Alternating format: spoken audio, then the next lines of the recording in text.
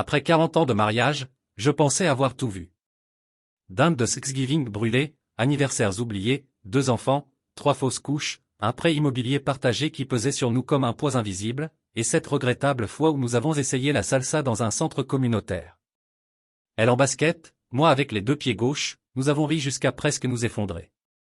Mais rien, absolument rien, ne m'avait préparé à ce qui s'est passé après notre dîner d'anniversaire de mariage Ruby. La soirée avait commencé normalement. Bougies, vin.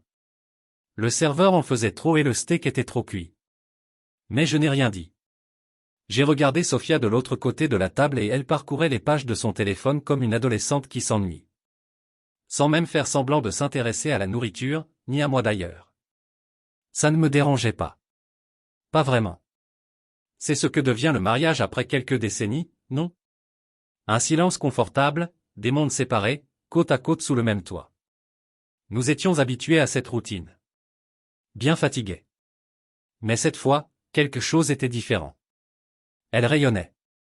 Pas comme le compliment que ta femme te fait avant qu'elle ne te poignarde avec une fourchette à salade. Non, c'était le genre d'éclat dont je me souvenais au lycée, quand elle recevait sa lettre d'admission aux Beaux-Arts ou quand elle voyait notre fils faire ses premiers pas. Mais cet éclat n'était pas pour moi, et je le savais. Son téléphone a vibré 3 fois pendant le dessert. Je l'ai regardé sourire. Pas à moi. Pas au glaçage au chocolat maladroit que j'avais demandé à la cuisine de pocher sur son gâteau. À toi pour toujours. Des lettres tordues sur de la ganache fondante. Non. Elle a souri à son foutu écran. J'ai essayé de l'ignorer. On était déjà plein de ces petites trahisons silencieuses.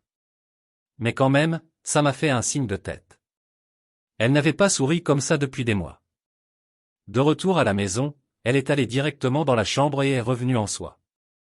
De la soie rouge, pas le vieux pyjama en flanelle taché de peinture qu'elle portait tous les soirs depuis 10 ans. De la vraie soie qui collait à des endroits que je n'avais pas vus depuis longtemps. Que Dieu me vienne en aide. Je me suis dit que peut-être, juste peut-être, on était sur le point de raviver quelque chose. Qu'elle ressentait peut-être ce que je ressentais, nostalgique, Tinder, ouverte à l'idée que nous puissions à nouveau être ensemble. Mais elle s'est écartée de moi. Migraine, a-t-elle murmuré, serrant déjà son téléphone comme de l'oxygène. Je suis resté allongé là, éveillé, à écouter son écran s'illuminer derrière son épaule. Je n'ai rien demandé. Je ne voulais pas être cet homme. Le mari méfiant qui consultait le téléphone de sa femme. Mais le matin, quand elle est partie faire du café, je l'ai vu. Mathieu. Le nom a illuminé son écran comme un feu d'artifice. J'ai cligné des yeux. 1 fois, 2 fois. Mathieu n'était pas un collègue, pas un cousin, pas quelqu'un du club de lecture ou du quartier. Mathieu était quelqu'un de bien, bien pire.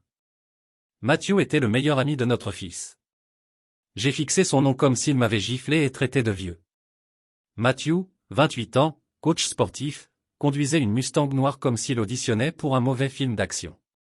J'arrivais au barbecue familiaux en débardeur et lunettes de soleil, même sous la pluie. Toujours à essayer d'avoir l'air cool. J'avais toujours pensé que ce type était agaçant mais inoffensif. J'avais tort sur les 2 points. Sophia disait de Mathieu qu'il était adorable. Puis ça a changé. Un jeune homme motivé, disait-elle avec un sourire fier. Et puis Mathieu a parlé avec une sorte de souffle que j'aurais dû saisir. J'aurais dû le voir pour de bon depuis longtemps. Au début, j'ai essayé de la jouer cool. Peut-être que ce n'était rien. Peut-être que Mathieu l'aidait juste avec un programme d'entraînement. Ouais, un programme de renforcement musculaire, si vous voyez ce que je veux dire. Mais les signes étaient partout dès que je me suis laissé aller à regarder. Son obsession soudaine pour les pantalons de yoga alors qu'elle n'avait jamais mis les pieds dans un cours de yoga. Sa façon de rire au texto, puis de verrouiller rapidement son téléphone avec un nouveau code. Et pire encore, la façon dont elle s'est mise à me critiquer. Tu devrais peut-être essayer de marcher plus, m'a-t-elle dit un matin en agitant le doigt. Mathieu dit que les pas quotidiens sont essentiels. Alors maintenant, Mathieu était rentable. Puis vint le jour où je suis entré dans la cuisine et je l'ai trouvé en visioconférence, comme si elle avait passé 1 heure à se coiffer, le maquillage impeccable, les boucles rebondissantes, riant comme si elle avait 19 ans. Et il était là, à l'écran, torse nu. Mathieu. Sophia n'avait même pas l'air coupable. Pas le moins du monde. Je restais là, près du comptoir, les bras croisés, les yeux plissés, à la regarder se servir une autre tasse de thé comme un mardi matin ordinaire. Bon, je comprends bien, dis-je lentement, prudemment. Avant, Matthew te disait juste bonjour au barbecue. Maintenant, il t'envoie des SMS tous les jours, t'appelle, te fait des FaceTimes en plein après-midi. C'est normal. Sophia n'a même pas bronché. Elle a remué son thé, a bu une gorgée calmement et a répondu avec ce calme qui a fait grimper ma tension artérielle. Il est juste serviable. Serviable, Elias. Serviable. Je me le répétais silencieusement dans la tête comme une mauvaise blague. Serviable? Quoi? A-t-il senti mon cholestérol à travers le grill à la fête du 4 juillet? Sophia m'a lancé un regard perçant qui a dissipé mes doutes. Ne dramatise pas. C'est un coach certifié. Il connaît son sujet. Il m'a proposé quelques conseils bien-être. C'est tout. J'ai haussé un sourcil, pas convaincu. Et ces conseils bien-être nécessitent 3 heures d'appel téléphonique et de conversation vidéo privée. Elle a posé sa tasse un peu trop fermement, une lueur d'impatience traversant son calme. Tu déformes les choses. Non, ai-je dit d'une voix plus basse, mais plus sèche. J'observe. Il y a une différence, a-t-elle soupiré et détourné le regard, soudain fascinée par le motif du papier peint, comme si c'était la chose la plus intéressante qu'elle ait vue de la journée. Regarde, a-t-elle finalement dit. Je me sens mal ces derniers temps, coincé, fatigué, et Matthew a eu la gentillesse de prendre de mes nouvelles. Il m'a donné des conseils pour manger plus sainement et prendre soin de moi. Il m'a encouragé. C'est tout. Je me suis appuyé sur le comptoir, l'observant attentivement, et tu ne pouvais pas venir me voir avec ça. Je suis assise à la même table que toi depuis 40 ans. Ses lèvres se sont pincées et elle a dit doucement, ce n'est pas à cause de toi. Oh, crois-moi, je commence à comprendre. Ai-je répondu, l'amertume s'installant. Sophia s'est retournée vers moi, son ton s'adoucissant légèrement. Il ne se passe rien. Je jure que ce ne sont que des paroles. Un peu de motivation, un peu d'attention de la part du meilleur ami de notre fils, ai-je dit d'un ton neutre. De la part du meilleur ami de notre fils. Elle n'a pas répondu. Pendant un long moment, le seul bruit dans la pièce était le faible tic-tac de l'horloge de la cuisine, comptant à rebours jusqu'à la suite. Pendant la semaine suivante, j'ai essayé de me convaincre que ce n'était vraiment rien. Juste des conversations, des conseils, juste Matthew qui se rendait utile, certes, et des ratons laveurs qui renversaient des poubelles pour les rangers. Mais Sophia, elle, était différente ces derniers temps. Pas dans le mauvais sens du terme. Pas vraiment. Elle était plus énergique, plus raffinée, plus vivante, comme quelqu'un qui somnambule depuis des années et qui découvre soudain un double expresso et une nouvelle playlist. Elle a commencé à préparer des smoothies le matin, vers une fois. Le genre qui ressemblait à de l'eau de bassin, mais qui coûtait 9,99 $ dans ces petits magasins bio prétentieux avec des menus sur tableau noir et des employés qui vous appelaient « amis ». Elle a même acheté un nouveau blender, un blender électrique. Elle a dit que l'ancien ne pulvérisait pas assez. Pulvériser comme ça, c'était un truc que les gens normaux disaient avant 8 heures. Puis sont arrivées les longues promenades sans but après le dîner, devenues soudain une partie de sa routine. Elle prétendait que ça l'aidait à dormir. J'ai remarqué les nouvelles baskets fluo, aussi élégantes qu'un modèle sorti d'un catalogue marathon. Je ne me souvenais pas de les avoir achetées, mais peut-être que c'était moi ou Matthew. Qui sait? Un tapis de yoga est apparu ensuite. Lavande toujours enroulée, toujours impeccable, toujours étrangement intacte dans un coin du salon, comme un accessoire de théâtre dont personne ne se souvenait du texte. Et puis il y avait lui, Matthew. Il a commencé à appeler son coach. Je le sais parce qu'elle a laissé un message ouvert sur le comptoir de la cuisine un matin, son cri brillant comme une gifle. Écrasé, coach. Écrasé quoi exactement? J'ai voulu demander. Mon Dieu, j'aurais dû demander, mais je ne l'ai pas fait. Au lieu de ça, j'ai fait quelque chose d'aussi pathétique et désespéré. J'ai invité Miles à dîner. Notre fils. Peut-être pour me soutenir, peut-être pour plus de clarté, peut-être juste pour voir si j'imaginais l'éléphant dans la pièce faire des pompes et se déhanchant devant le miroir. Miles, fidèle à lui-même, est arrivé en retard, 30 minutes et aucune excuse. Il a serré Sophia dans ses bras avant de dévaliser le frigo comme s'il lui appartenait encore. Alors, papa, a-t-il dit en attrapant une bière sans même me regarder. Tu as entendu Matthew lancer une chaîne YouTube? Des trucs de santé, des menus, tout ça. J'ai senti un tressaillement musculaire sur ma joue. Le sourire de Sophia était trop rapide, trop éclatant. Il l'a mentionné, a-t-elle dit d'une voix un peu trop aiguë. Il est vraiment passionné par le fait d'aider les gens à prendre soin d'eux. Miles a hoché la tête, déjà à moitié ivre. Ouais, il est en feu ces derniers temps. Il dit qu'il a un super réseau de soutien. Il nous a jeté un coup d'œil par-dessus la bouteille. Tu connais quelqu'un avec qui il travaille?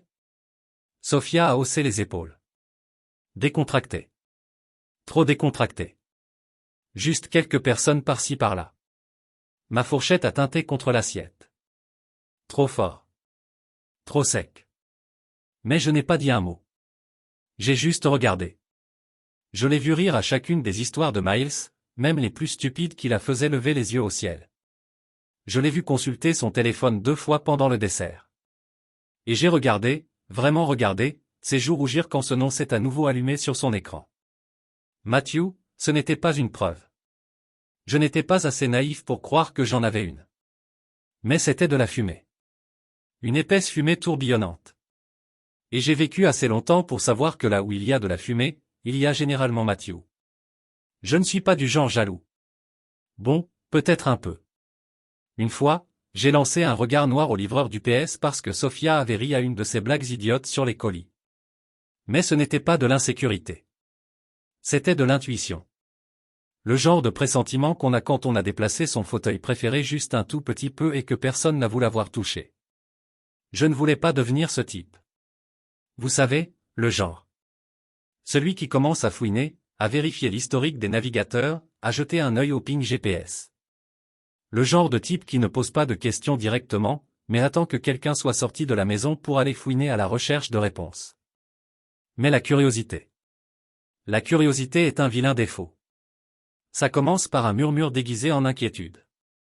Et quand on est marié depuis 40 ans, ça paraît presque noble, responsable, comme surveiller son jardin. Alors, un soir, alors que Sophia et elle faisait une autre de ses promenades, celle-ci qui la faisait traverser la ville et revenir. Je me suis assise devant son ordinateur. Je ne voulais même pas. Je me suis assise, juste assise. Juste regarder. C'est tout. Pas d'indifférence, pas de piratage, juste un coup d'œil. Son navigateur était ouvert. Onglet sauvegardé. L'habituel était une critique de protéines en poudre. Inoffensif, ennuyeux, innocent. Le suivant, le blog fitness de Matthew. J'ai cliqué. Histoire de transformation hebdomadaire. Cliente du mois. Et elle était là. Sophia. Ma Sophia. Souriante, le visage rouge, debout à côté de Matthew dans une salle de sport dont j'ignorais même qu'elle était allée. L'éclairage était trop parfait. La pose trop familière. Sa main effleura son bras comme s'il riait ou venait de partager une blague. La légende disait, la preuve que l'âge n'est qu'un chiffre quand on a le bon état d'esprit et un peu d'accompagnement. Un peu d'accompagnement, hein? Je me suis adossé à ma chaise. Abasourdi. Pas en colère. Pas encore. Juste bouleversé. Aucune mention de son mariage. Aucune note de bas de page sur le mari qui lui avait tenu les cheveux. De retour pendant une gastro. Qui l'avait conduite à ses rendez-vous? Qui lui préparait du thé au miel chaque hiver sans qu'elle ait besoin de le demander? Pas de photos de notre mariage, de nos enfants, de notre vieux chien, de la vie que nous avions construite. Juste elle et Matthew, rayonnant comme s'ils venaient de gravir l'Everest ensemble. J'ai parcouru les commentaires. Oh waouh, Matthew, tu travailles avec tous les âges. C'est incroyable. Elle est superbe. Vous formez une équipe formidable. Une équipe, non? Elle est rentrée peu de temps après, les joues roses à cause du vent. Ou peut-être d'autres choses. Elle fredonnait en enlevant ses chaussures. C'est ça qui m'a touché. Le fredonnement. Ça va? A-t-elle demandé en me jetant un coup d'œil au bureau. J'ai fermé doucement l'ordinateur portable, souri, me contentant de vérifier la météo. Le lendemain matin fut calme, trop calme. Elle a préparé son habituel smoothie vert des marais. Mousseux, gluant, aux vertus médicinales, et s'est assise à table, parcourant les pages de son téléphone, fredonnant toujours comme quelqu'un de bonne humeur, ce qui, franchement, aurait dû être mon premier indice que les choses n'allaient vraiment pas bien. J'ai pris une gorgée de café, laissa la chaleur me caresser la bouche, puis je reposai la tasse juste assez fort pour attirer son attention. Alors, je commençai nonchalamment, comme si je n'avais pas déjà la réponse au fond de moi. Je ne savais pas que tu étais la star d'un blog santé. Elle se figea. Pas longtemps, à peine un souffle. Mais je compris. On ne passe pas 40 ans avec quelqu'un sans apprendre à lire entre ses mots. Elle cligna lentement des yeux, leva les yeux de son téléphone. Oh, elle a dit ça en balayant la question. Mathieu voulait juste mettre en avant quelques-uns de ses clients. Je ne pensais pas que ce soit un problème. J'acquiesçai lentement. Bon, ce n'est pas un problème. Juste toi et Mathieu. En sueur, prenant la pause, inspirant des inconnus. Elle posa son téléphone. Je l'avais vu venir. La défensive. Tu es ridicule. Vraiment? Demandai-je en la regardant dans les yeux, sans cligner des yeux.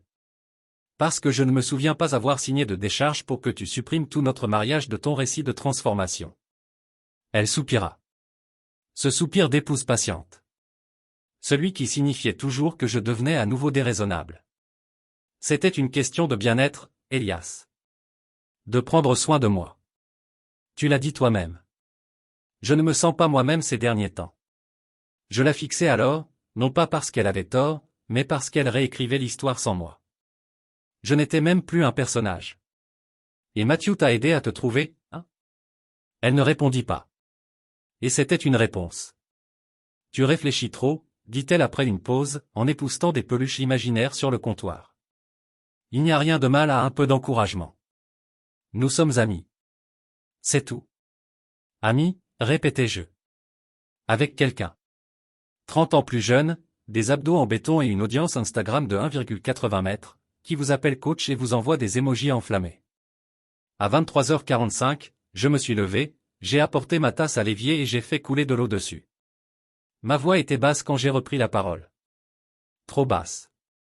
Dis-moi juste une chose. Elle n'a pas répondu, mais je la sentais se préparer. Miles est-il au courant? Je l'ai vu tressaillir, juste un tressaillement au nom de notre fils. Cela m'a plus que tout le reste. Je n'ai rien dit, a-t-elle marmonné. Parce qu'il n'y a rien à dire, je me suis retourné et je me suis essuyé les mains sur une serviette dont le coin était brodé de nos initiales. Un cadeau de mariage devait encore sentir légèrement la lavande. Alors peut-être qu'il mérite de l'entendre de ma bouche, ai-je dit. Plus vif maintenant, avant que quelqu'un d'autre ne dise, dis donc, c'est pas ta mère sur le blog de Mathieu? Elle n'a pas protesté, n'a pas élevé la voix comme avant. Elle n'a pas rétorqué comme d'habitude. On cherche toujours une raison de s'énerver. Elle avait l'air fatiguée. Et pour la première fois depuis longtemps, je ne me sentais pas fatigué du tout. J'avais l'impression d'être épuisé. Elle est descendue juste après le coucher du soleil, valise à la main, la détermination dans le regard. J'étais sur le canapé, ma place habituelle. Un verre d'eau sur la table, intact. La télé était allumée, en sourdine. Un spectacle animalier. Des cerfs broutant la neige. Je n'ai pas bougé. J'ai aperçu sa silhouette dans l'embrasure de la porte. Elle est restée là un moment, puis est entrée dans la pièce. J'ai réfléchi, a-t-elle dit. Sa voix était basse mais assurée. Et il faut que je le dise avant de perdre mon sang-froid. Je n'ai pas cligné des yeux. Vas-y. Elle a expiré. Une longue inspiration. La gentillesse que l'on prend avant de faire quelque chose qu'on ne peut pas défaire. J'ai passé 40 ans à être tout pour tout le monde. Une épouse, une mère, une infirmière, une cuisinière, une planificatrice, une artisane de paix. Mais quelque part en chemin, je me suis perdu. J'ai penché la tête. Je n'ai pas pu m'en empêcher. Alors, où t'es-tu retrouvé exactement? Sur le siège passager d'une Mustang. Sa mâchoire a tressauté. Juste un tressaillement, mais je l'ai vu. Elle n'a pas aimé ça. Dommage. Je m'en fichais. Pas ce soir. Je veux ressentir quelque chose à nouveau, a-t-elle dit, doucement mais sûrement. Je veux de la joie, de l'aventure. Je veux me réveiller excité par la journée au lieu de faire semblant. J'ai laissé échapper un rire sec. Sans humour. Juste de l'air et de l'incrédulité. Et Matthew te donne tout ça. Le type qui appelle tous les chiens qu'il voit. Mec, il écoute, a-t-elle rétorqué. Sa voix est plus aiguë maintenant. Il me voit. Tu ne m'as pas vraiment regardé depuis des années. Celle-là. Celle-là est entrée directement dans ma tête, mais je n'ai pas bronché. Je me suis juste frotté les mains lentement, les paumes râpant comme des feuilles sèches, comme si j'essayais de me réchauffer au milieu d'un blizzard. Puis j'ai avalé. Et maintenant? Elle a posé son sac comme si c'était sa réponse. Je déménage, a-t-elle dit. Je l'ai fixé du regard. Ma gorge brûlait. Non. Pour toujours, ajouta-t-elle rapidement. Juste pour l'instant, juste un instant, pour prendre de la distance. Je restais là, sans m'approcher d'elle, juste la regarder. Et soudain, je ne vis plus la femme à qui j'apportais de la soupe à chaque fois que je me sentais grippé. Je vis quelqu'un d'autre. Quelqu'un déjà parti. N'est-ce pas? Dis-je, l'amertume me nouant les dents. Parce que rien ne symbolise mieux la découverte de soi que de s'écrouler sur le canapé de l'ami d'enfance de son fils. Elle ne protesta pas, ne s'y amène pas. Elle prit simplement le sac, se dirigea vers la porte, et quand elle se referma derrière elle, le silence qui suivit, ce n'était pas la paix. Il résonna. Je me rassis, les yeux rivés sur le verre d'eau que je n'avais pas touché. Je regardais la surface se tasser. J'aurais dû me douter que la crise de la quarantaine n'était pas la mienne cette fois, murmurai-je. La maison était trop silencieuse maintenant. Pas de bourdonnement dans la cuisine. Pas de pantoufles qui traînaient sur le carrelage. Pas de commentaires sarcastiques sur les cravates du météorologue. Juste le bourdonnement du réfrigérateur et le craquement occasionnel du parquet. Comme la maison elle-même. Je ne savais pas quoi faire sans elle. Je me suis assis à la table, un carnet ouvert devant moi, pas un journal intime. Je n'étais pas si sentimental. Juste une liste. Des choses que Sophia avait emportées. Une valise. Son blender bien-être. Cette stupide robe lavande qu'elle portait quand elle faisait semblant de méditer. Ses vitamines, bien sûr, des choses qu'elle avait laissées. 40 ans de souvenirs. Son alliance dans le tiroir. Un homme qui lui avait construit une vie de toutes pièces et qui pensait que c'était suffisant. Ce qui me faisait le plus mal, ce n'était pas la trahison. C'était la désinvolture. Comme si elle partait juste pour une petite retraite, un week-end au spa, mais avec des shakes protéinés en plus et un manque de jugement. J'ai jeté un coup d'œil à la cheminée. Les photos étaient toujours là. Toutes. Toute notre foutue vie. Une en particulier a attiré mon attention. Miles et Matthew au lycée. Appareils dentaires assortis à leur coupe rasée. Souriant comme des idiots qui ont tout simplement triché sur tous les lits de la maison. J'ai longuement scruté le visage de Matthew. Ce jeune visage suffisant. Puis j'ai tourné le cadre et l'ai retourné. Ce n'était pas de la rage. Pas encore. C'était quelque chose de plus froid, de plus lourd. De la résolution. Elle est sortie de notre vie comme une paire de chaussures qui ne nous allait plus. Bon, c'était peut-être fini. Peut-être qu'il était temps de faire quelque chose d'inattendu. Quelque chose que je voulais. Première étape, j'ai sorti mon téléphone, j'ai fait défiler vers le bas, je suis tombé sur Miles, j'ai fait une pause, puis j'ai appuyé. 3 sonneries. Puis, dit, papa. Quoi de neuf? Je me suis éclairci la gorge. Pas de scénario, pas de plan, juste le poids dans ma poitrine. Tu es libre de passer ce soir? Un silence. Oh, ouais. Tout va bien? J'ai hésité. Non, mais je pense qu'il est temps que tu saches pourquoi. 1 heure plus tard, la porte d'entrée s'est ouverte en grinçant.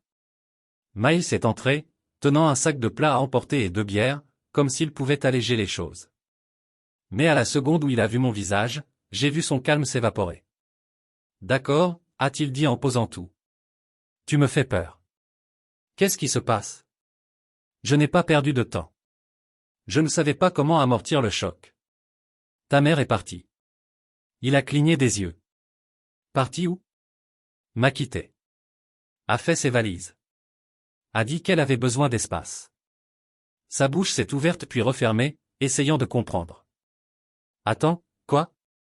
Quand? Pourquoi? J'ai expiré longuement et lentement. Disons qu'elle s'est trouvée un nouveau chemin de bien-être, guidée par un visage familier.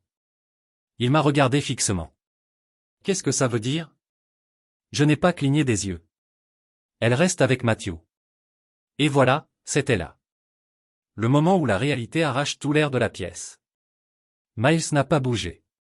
Puis il laissa échapper un rire bref et cassant, comme si son corps avait besoin de rejeter physiquement ces mots. Tu plaisantes, hein? Dis-moi que tu plaisantes. Je secouai la tête. J'aurais aimé. Miles, qui faisait déjà les 100 pas comme si le sol était devenu inégal sous ses pieds. Non, pas question.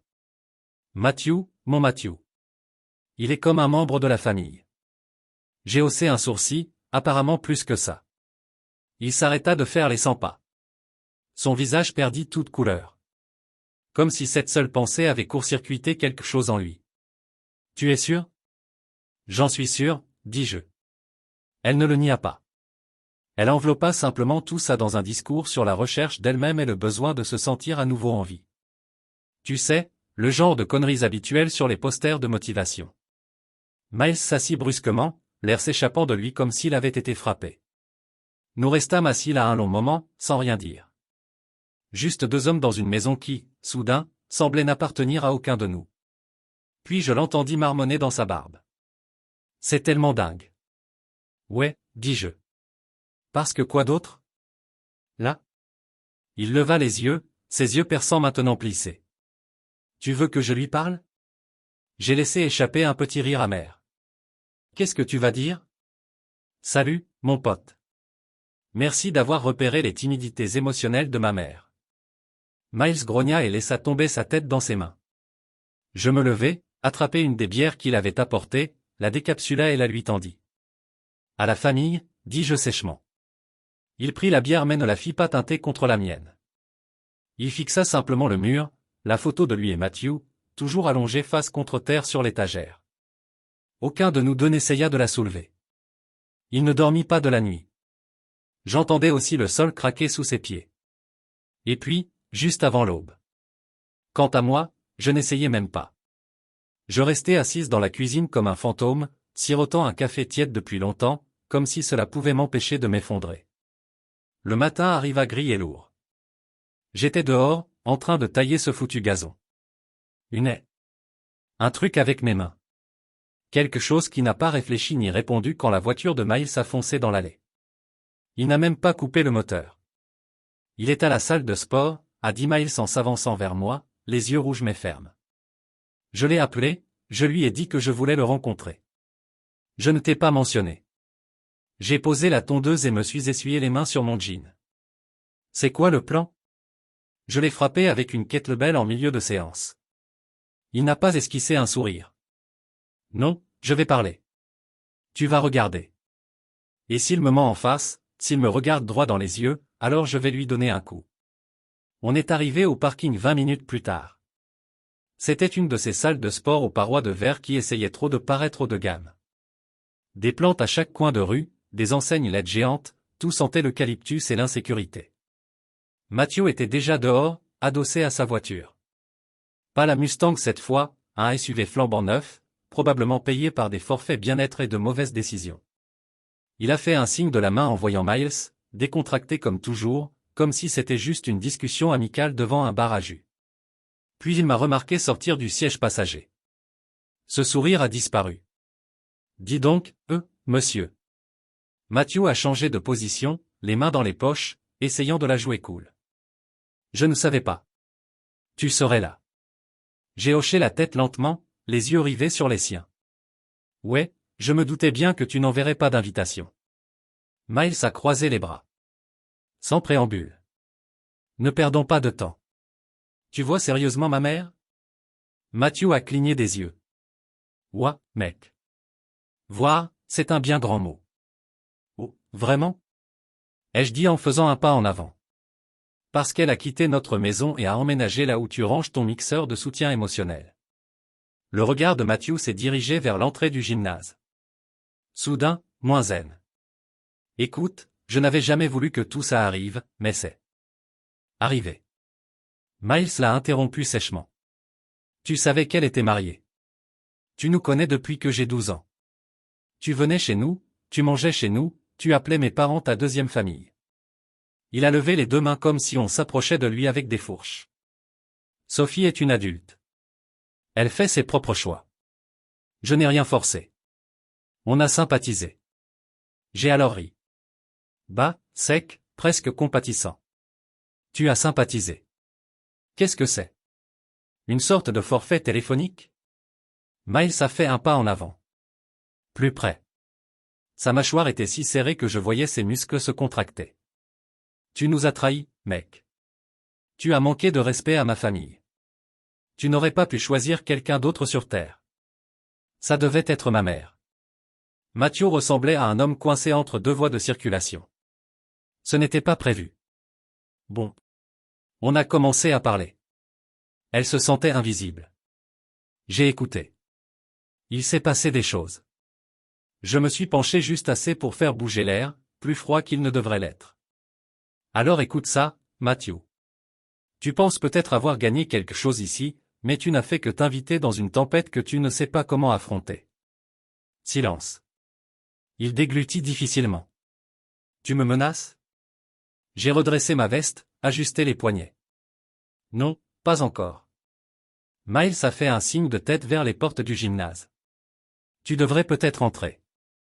Te rafraîchir. Peut-être soulever quelque chose de lourd comme ta conscience. On s'est retourné. La voix de Matthew nous a suivis, faible et tendue. Dis-lui que je ne voulais blesser personne. Je n'ai pas arrêté de marcher. Elle n'a même pas regardé en arrière, a juste levé la main et a dit, tu auras tout le temps de m'expliquer ça quand tout s'écroulera.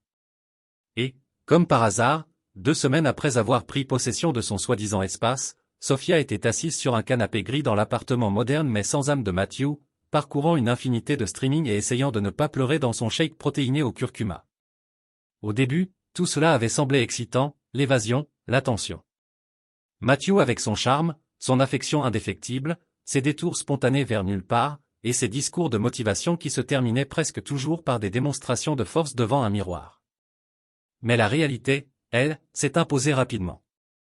Il s'avère que vivre avec un coach sportif de 28 ans n'était pas exactement le fantasme amoureux et dévorant que Sophia avait imaginé. C'était plutôt comme se réveiller au son d'un mixeur à 5 heures du matin tous les jours. Ses textos étaient devenus plus courts, moins fréquents. J'ai su que quelque chose clochait quand elle a commencé à répondre aux messages de Miles avec des sons agréables plutôt qu'avec des émojis et des points d'exclamation. Je n'ai pas insisté. Ce n'était plus mon boulot, mais je pouvais l'imaginer. Son frigo, probablement pas de vraie nourriture, juste des barquettes de poulet préparées avec des codes couleurs, une armée de protéines en poudre et assez de choux frisés pour être considéré comme une propriété agricole. Son lit lui manquait. Notre lit. Celui avec le matelas légèrement affaissé au milieu. Celui qui se souvenait de notre sommeil, de notre taille. Je n'avais pas besoin qu'elle le dise. Je le sentais. Elle manquait les dîners qui n'étaient pas programmés par les macros. Manquait les rires qui ne lui donnaient pas l'impression d'avoir à passer une audition. Manquait le silence qui n'était pas gênant. Un soir, elle a essayé de se remémorer un souvenir à 20 ans, construisant un château de sable avec moi sur une plage qui n'avait plus d'importance. On a regardé une vague le renverser et on a ri. Ce moment était empreint de quelque chose de réel. Je n'étais pas là, mais je sais exactement comment ça s'est passé avec Matthew. Super histoire, ma puce. Il a dû marmonner, distrait. Tu peux te glisser un peu? L'éclairage est meilleur là-dessus. Côté. C'était probablement ça. L'instant, le claquement de doigts. Elle vit la lumière annulaire. Le smoothie qui avait probablement le goût de l'herbe coupée et l'odeur de la solitude. Elle le regarda, monsieur discours de motivation, et finit par y voir clair. De la nouveauté déguisée en bonheur. Des discours d'encouragement à la place de l'amour. Un coup de cœur de Jim se faisant passer pour son âme sœur. Le lendemain matin, elle refit sa valise. Sauf que cette fois, elle ne savait pas où elle allait, juste que le sac n'était pas là. J'étais assis sur le canapé, faisant semblant de lire la même page d'un livre que j'avais déjà lu 2 fois, quand j'entendis frapper. Au début, j'ai cru que c'était Miles ou une livraison. Je ne m'attendais pas à elle. Elle se tenait là, sur le porche, les bras croisés comme si elle essayait de se contenir. J'ai allumé la lumière. Quand j'ai ouvert la porte, elle avait l'air plus petite. Pas physiquement, juste usée. Je n'étais pas sûr que tu répondrais, dit-elle d'une voix à peine plus forte qu'un murmure. Je tenais la porte d'une main, appuyée contre le chambranle de l'autre. Je n'étais pas sûr que tu frapperais. Elle hocha la tête, ravala ce vieux tic nerveux que je connaissais par cœur. Je peux entrer? Je ne dis pas oui, je m'écartai simplement. Elle entra lentement, regardant autour d'elle comme si c'était un musée de sa vie d'avant. La maison sentait la cannelle. Elle avait l'habitude de diffuser cette odeur exprès. Un petit pot de papisme sur le rebord de la fenêtre, une bougie dans la cuisine. Elle inspira brusquement. Ça faisait plus mal qu'elle ne l'avait imaginé. Elle s'assit à la table de la cuisine, exactement là où on avait ri devant des toasts brûlés, discuté des factures, planifié des road trips d'été et pleuré pendant trop d'enterrements. Là où on avait partagé le pain de viande du mardi si longtemps que ça ressemblait à un rituel. Matthew était une erreur, dit-elle doucement. Je ne répondis pas. J'attendis juste. Une erreur bruyante, ridicule, insignifiante. J'ai laissé les mots planer, les laisser résonner et rebondir sur les murs qu'elle décorait de lavandes séchées et de dessins d'enfants. J'ai confondu l'attention avec le sexe, avec le sens, dit-elle d'une voix plus faible. Maintenant. Il me donnait l'impression d'être désiré, et je me suis laissé aveugler. Pourtant, je n'ai rien dit, pas par colère, juste par épuisement. Ses mains tremblaient, légèrement. J'ai failli passer à côté. Je suis parti en quête d'autre chose, a-t-elle dit. Mais je n'ai trouvé que tout ce que j'avais déjà. C'est là que j'ai enfin parlé. Tu m'as quitté pour un gamin qui porte encore des chapeaux à l'envers et qui parle de lui-même à la troisième personne sur les réseaux sociaux. Elle a grimacé. Je ne l'ai pas retiré. C'est juste, a-t-elle dit. J'étais égoïste. Sa voix s'est un peu brisée, mais elle a apaisé ses paroles. Je pensais que 40 ans signifiait que tu serais toujours là, peu importe mes efforts, mais ce n'était pas juste pour toi. Je me suis levé lentement, je me suis dirigé vers l'évier, j'ai rincé ma tasse de café. J'ai essuyé mes mains sur le torchon. J'avais déjà rincé cette tasse des centaines de fois, mais cette fois, c'était comme une ponctuation. La fin de quelque chose. J'ai ouvert le placard au-dessus de la cuisinière, celui auquel elle ne prêtait jamais vraiment attention. Celui où je rangeais les choses que je ne voulais pas regarder. Jusqu'à ce que je sois obligé de le faire. L'enveloppe en papier craft était là où je l'avais laissée. Je la retournai dans mes mains, puis retournai vers elle à la table. Elle me regardait maintenant, les yeux écarquillés d'espoir. C'est pour toi, dis-je en la posant doucement devant elle. Elle baissa les yeux, puis les releva vers moi, et releva lentement le rabat. Ses mains hésitaient avant d'en faire sortir le contenu. Il ne lui fallut pas longtemps pour comprendre ce que c'était. Les larmes coulèrent rapidement, silencieuses, mais abondantes. Le genre de larmes qui vous frappe en pleine poitrine. Tu es sérieux, murmura-t-elle. J'acquiesçai. Oui, je le suis. Elle serra l'enveloppe comme si elle était en verre, secouant la tête. Elias, s'il te plaît. Je sais que j'ai fait une erreur, mais on peut arranger ça. On a fait pire. On peut essayer. Je m'assis en face d'elle. Calme, posé, comme depuis que la lumière du porche s'est allumée. Je vieillis, Sophia, dis-je. Et je ne veux plus de drame dans ma vie. Pas dans les salles d'audience. Pas dans les chambres, pas dans cette cuisine. Et mon nom n'est pas avec. Sa lèvre trembla. Quand nous nous sommes mariés, j'ai continué. Je le pensais. Jusqu'à ce que la mort nous sépare. Je me suis arrêté. Laissez le poids s'installer. Mais comme je ne peux plus vivre avec vous, je préférerais une mort paisible loin de vous. Elle a alors pleuré plus fort. Pas de mendicité, pas de cris, juste le genre de pleurs qui ressemble à du regret finalement rattraper quelqu'un. Je ne la réconforte pas. Non pas parce que je m'en fichais, mais parce que je devais le laisser casser. Quelques mois plus tard, nous avons signé les papiers finaux dans une pièce calme avec des murs neutres. Elle portait une écharpe que je lui ai achetée il y a des années. J'ai presque dit quelque chose. Je ne l'ai pas fait. Et puis cette partie de ma vie a été terminée. Maintenant, je vis dans une ferme à environ 1 heure à l'extérieur de la ville. Rien d'extraordinaire, juste de l'espace, du calme, de l'honnêteté. Je passe mes matins avec de la saleté sous mes ongles et mon soleil sur le dos. J'ai des rangées d'arbres fruitiers, pêches, figues, pommes. Les regarder grandir ressemble à une thérapie que je n'ai jamais demandé pour, mais avait besoin tout au long du début. Il y a un étalon que je roule la plupart des soirs. Big Black Beauty nommé Shadow. Nous avons un rythme maintenant, comme nous nous connaissions toute une vie. J'ai des chèvres qui crient comme des adolescents, des poulets qui me suivent comme je leur dois quelque chose, un vieux chien paresseux qui pense qu'il dirige l'endroit et un chat de grange qui est trop fier d'admettre qu'elle m'aime. Et je les aime tous. Ils ne mentent pas, ils ne partent pas. Ils ne font pas de promesses qu'ils ne comprennent pas. Je ne m'attendais pas à trouver la paix ici, mais je l'ai fait.